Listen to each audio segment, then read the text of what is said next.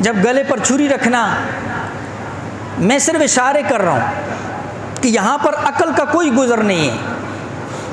کون سی عقل یہ کہتی ہے کہ اتنے ارمانوں کے بعد بیٹا ملے اور اس کے گلے کے اوپر چھری رکھ دو؟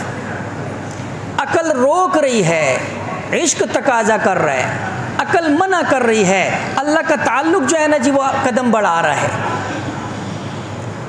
اور پھر اللہ پاک نے اس اسماعیل، ابھی بچپن ہے، لڑکپن ہے، یا ابت افعل ما تؤمر ستجدنی انشاءاللہ من الصابرین، فرمایا ابا جان جو حکم ہے کرے، ایک لمحے کے لیے بھی نہیں سوچنا ہے، انشاءاللہ آپ مجھے صبر کرنے والوں میں سے پائیں گے۔ معرف القرآن اٹھاؤ، مفتی شفیع صاحب رحمہ اللہ تاریخ کے حوالے سے اپنی تفسیر کے اندر لکھتے ہیں، وہ پورا الفاظ نقل کرتے ہیں۔ فرمایا ابا جان میرے ہاتھ پاؤں باندھ دیجیے، کہیں ایسا نہ ہو کہ درد کی وجہ سے تڑپوں، اور کہا چھری بھی تیز کر دیجیے، اور میری والدہ کو میرا سلام کہہ دیجیے،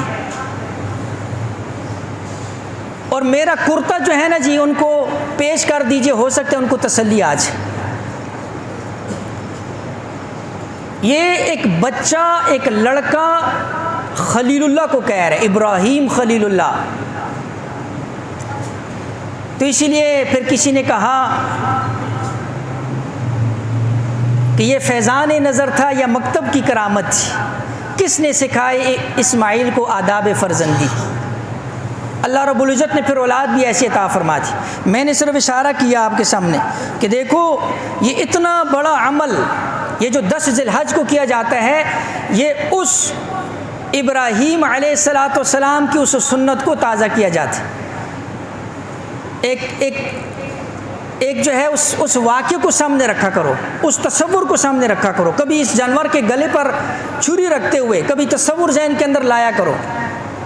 ابراہیم علیہ السلام نے کتنی بڑی قربانی دی، اس لیے میں نے عرض کیا قربانی کی اصل روح اور حقیقت یہ ہے، جانور لاؤ، کچھ وقت رکھو، اس کے ساتھ پیار محبت کرو، پھر اس کے بعد اس کے گلے کے اوپر چھری چلاؤ، اور ذہن کے اندر رکھو اسی طرح مولا جب بھی تیرا کوئی حکم آئے گا، میں اب عقل کا پجاری نہیں بنوں گا، میں اس میں حکمت تلاش نہیں کروں گا، میں اس میں نکات تلاش نہیں کروں گا، میں اس میں کیڑے نہیں نکالوں گا۔